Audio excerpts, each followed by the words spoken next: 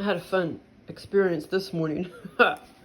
Me and Angie. I think I probably woke up at like, I bet you I woke up at least 2 to 3 hours before, I normally get up, 6:50 a.m. or whatever. I bet you it was like, but I didn't want to look at the clock, so I didn't look at the clock, but I know I laid back down and couldn't go to sleep for at least an hour and a half. But then I did finally go back to sleep because I had this experience. But I went to bed early at 9, so I'm not surprised if I woke up, like at 4, and that's about 3 hours. What are you doing, Cody? It's about 3 hours before I normally get up. Oh, you're such a loving. Why you be so lovey-dovey, Cody? Well, what a sweet. Why you being so lovey-dovey, Cody?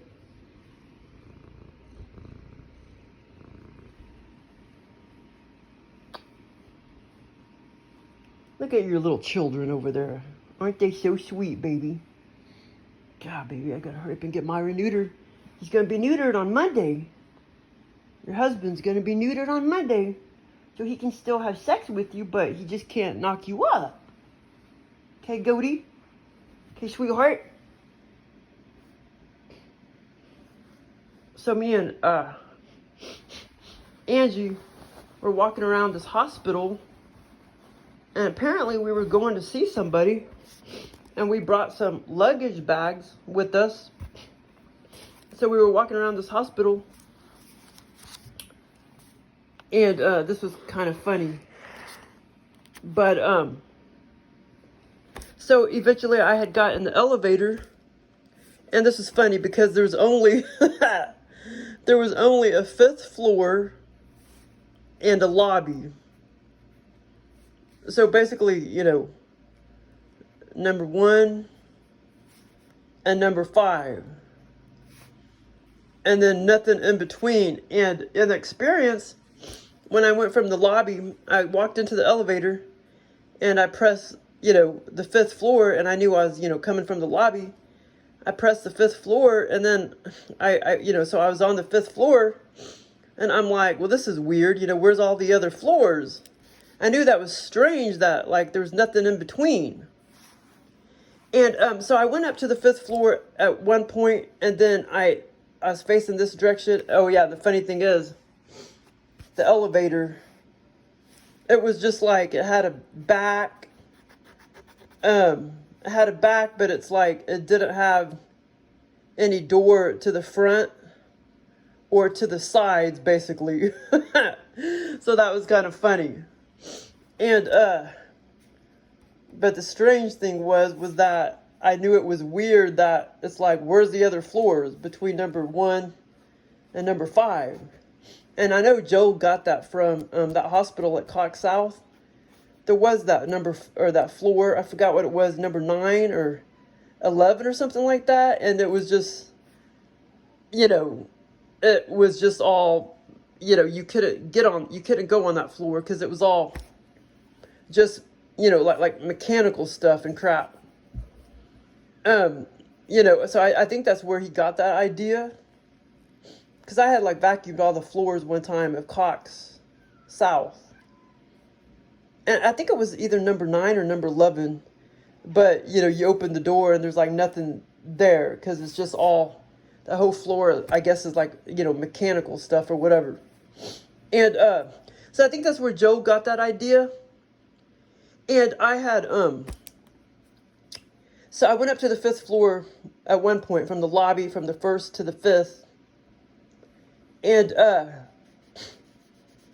then I had sat down. There was tons of people to the left and to the right, just tons of people on that floor. And I had set down some luggage bags, at least 3 luggage bags, and my wallet. And then I don't know why I just set them down on the floor. And then I went back down to the lobby. And then Angie met me at the lobby. And I was like, crap, Angie, I left all my crap up there on the 5th floor. And I was so afraid that by the time I got up there that it was all going to be stolen.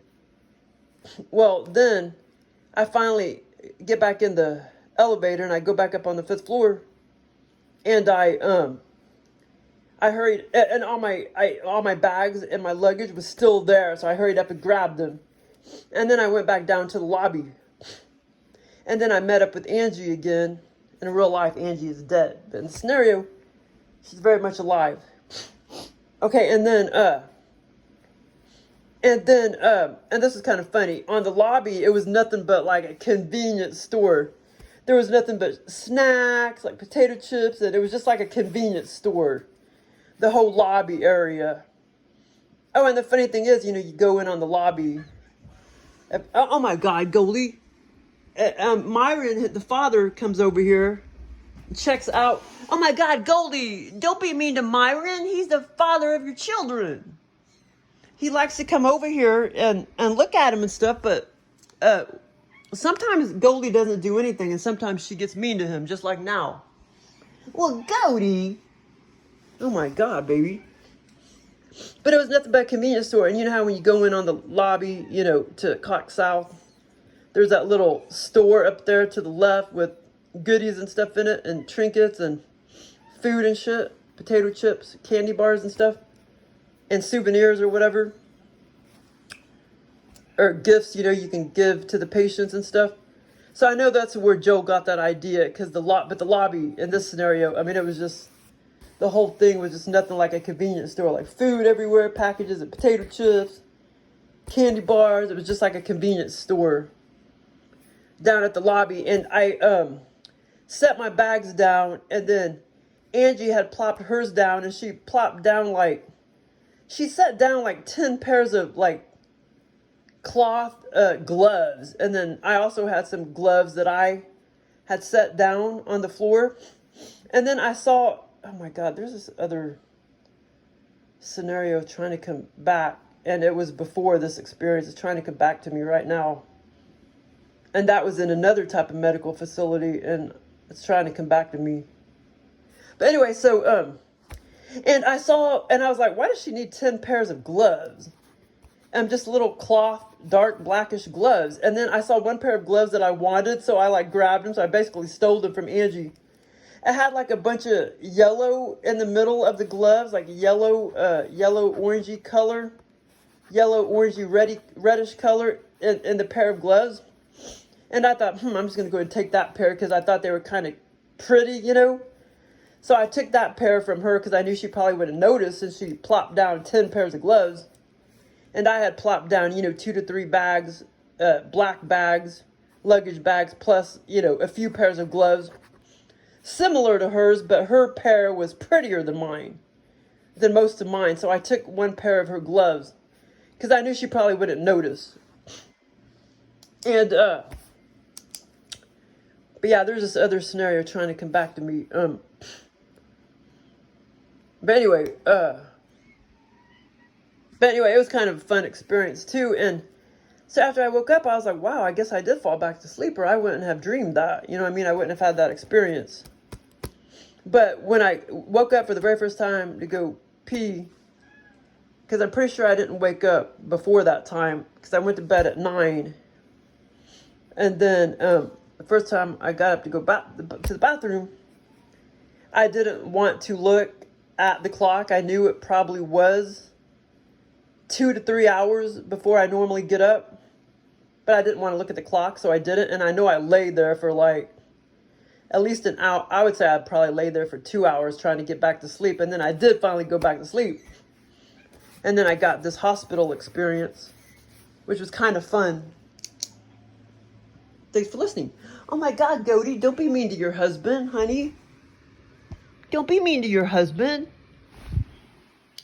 Oh, it's okay, Myron, but yeah, he comes over here all the time and sits there. Earlier, he was sitting right there, and Goldie didn't have a problem with it, but sometimes she whips on him.